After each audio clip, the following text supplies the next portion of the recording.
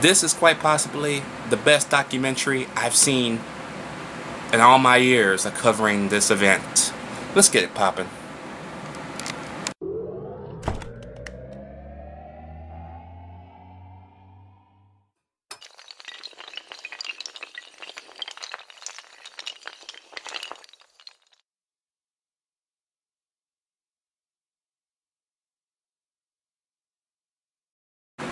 "9/11 Science and Conspiracy" is a documentary basically concerning the conspiracy theorist and solving those conspiracies with science. What do I mean by that? Well, you know how everybody talks about the controlled demolition between the World Trade Center and stuff like that? This documentary uses science and shows how a demolition of an actual building will take weeks, if not a year and a half or so, to prepare. So basically, if the Twin Towers were demoed, that would have been almost a 2.5 year project because of the scale of that buildings and stuff like that. They also go into the plot of the fires that burns in the Trade Center, because literally when I was a kid, and even I knew this, I knew that the fires were not enough to bring down the buildings. I always, looking at 210-story foot tall buildings made out of almost steel, that building would have burned for hours. Just like the Pentagon. The Pentagon burned all afternoon, basically, and didn't collapse. The only part that collapsed was the part where the plane hit it. That was it. The whole other side of the buildings burned all afternoon without no structural sound damage. So I always believed the World Trade Center would have burned itself all the way down to the ground level if the firefighters could not get up there and put the fires out. So I already knew that the fires wasn't enough to destroy the buildings.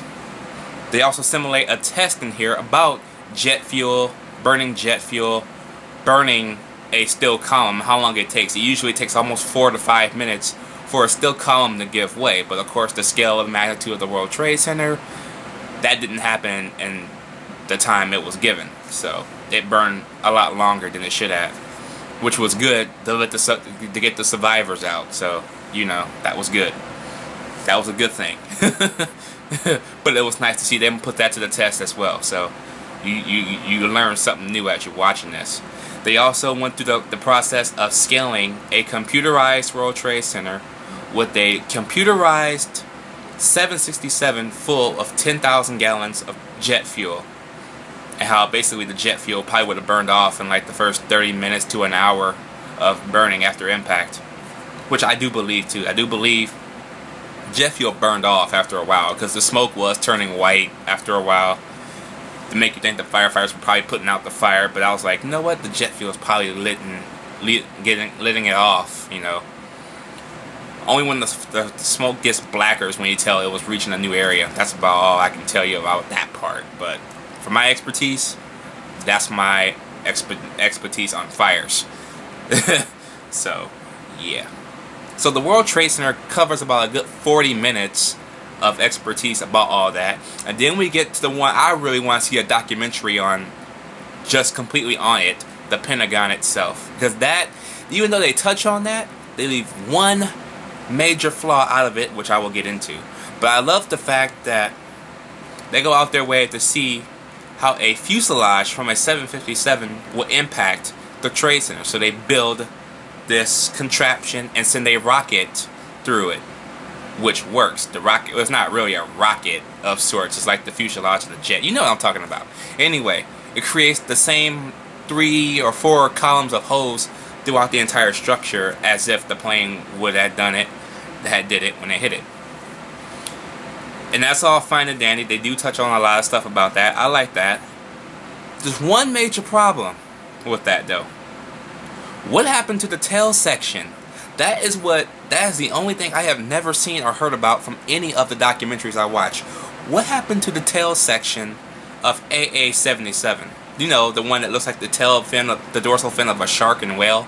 Yeah, with the AA logo on it. Now, if the plane hit the building, right, the tail section would have hit the top of the building too. But there's no damage where that tail section would be.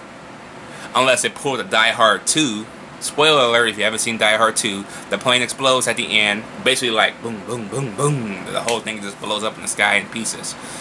So unless it just pulled a Die Hard 2 and the tail section just blew up just like that, just like how it did in Die Hard 2, then that makes sense. But I want to see a documentary on that. I want somebody to actually sit there and tell me what happened to that tail section. That's all I want to know. Okay? That's all I want to know. And for those of y'all who still aren't convinced, this is they call the conspiracy theorists truthers. So if you're a truther and you're still not convinced, they put together a third telegraph with United 93 or UA 93. And what they did with that is they took American Airlines 11. They made the first 3 flights depart. Okay?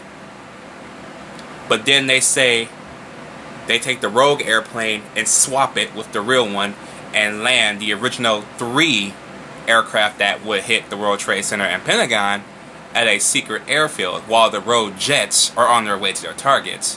While United 93 goes to that secret airfield, picks up the other half of the passengers that make up the 266 passengers, which makes sense because a 757 can hold up to 289 passengers. I know this because I'm an airplane enthusiast. I've been studying airplanes since I was a kid. How many kids was I? Since I was a kid. Anyway, so I know this shit. And then they take off in United 93 just to get shot down to eliminate all witnesses. Which, in theory, sounds logical, but you know, it's the government. The government is not that money willing to spend that much money. That would take years. You know how many people they would have to pay off to do that shit? They would have to pay off the military, especially since the military jets were in the sky at the time. They would have to pay off the FBI, the presidential stuff. Well, the presidential stuff, they lie anyway. They can do that shit for free. They would have to pay them off. They would have to pay off the news reporters and shit like that. Which some news reporters at that time seemed kind of retarded anyways. I'm not even sure if they even knew what the hell they were trying to talk about. If you pay attention to all the news reports, some of the stuff is weird. But anyway. Yeah, that would take years. Controlled demolition of the World Trade Center would take almost a 2-year thing. That no way they would spend that much money. If the government was really that fucked up, damn. But no, the government's already cheap as it is. Especially when it comes to rebuilding and tearing down our cities and putting up new buildings and shit like that. They're already cheap when it comes to that, so no. But I love this documentary because there's something for everybody. There's something for regular people like us. There's something for the truthers. And then there's that one for both of us to look at together and be like, well, could they have done that? Could they have swapped airplanes and then just eliminate all targets at once? Not all targets, all the witnesses at once. Because all in all, on all 4 flights, there were 266 passengers. I know this. I've been studying 9/11 since I was 14 when it fucking happened. Ugh, I still remember that day. Not something I would take lightly. I tell you that much. Especially a 14-year-old. Yeah. So yeah. But I love this documentary because it goes that far to explain stuff. And they actually have truthers on here talking about, well, you say this, but this other half could happen. And then they hit us with, they hit them with more of the science. It's awesome. I like shit like this. I do. For the naysayers, and then they touch on Pearl Harbor, and they touch on the Kennedy assassination, which the Kennedy assassination, I always still think to this day, there was a second shooter. That was too fucking perfect, man. No sniper rifle would get 2 shots off just like that. You have to cock it back, and then go back and aim again. There had to have been 2 shots. But I'm glad they touched on those 3, and I'm glad they made those other 2 the main 3 in our nation's tragic history, unfortunately. They made Pearl Harbor, JFK, and 9/11 the main 3 problems, or the main, not problems, but the main 3 tragedies of America. So I'm glad they used those 3, because those 3 were sad events, especially Kennedy. I was fucking shocked when I found out everybody was crying their eyes out. I'm like, god damn. That's why I love Kennedy, I love Lincoln, and I love Clinton. Those are my 3 favorite presidents. But anyways, I'm gonna give this documentary an A+. Really gotta check it out. It is an hour and 30 minutes. If you're a truther, watch it. If you want to know more about stuff that the facts and shit that could play in the factor of all this, watch it. It's a good one. It makes In Plain Sight look like shit, which In Plain Sight probably is shit, but so yes, that is all for this documentary. I will be reviewing more, but there is so much documentaries to come that I probably won't get them all this September, so I will do them all again next year. So yeah, not all the same ones, but like all the newer ones, because there's new ones coming out every time. So yeah, let me know what you guys think. I'll catch you later.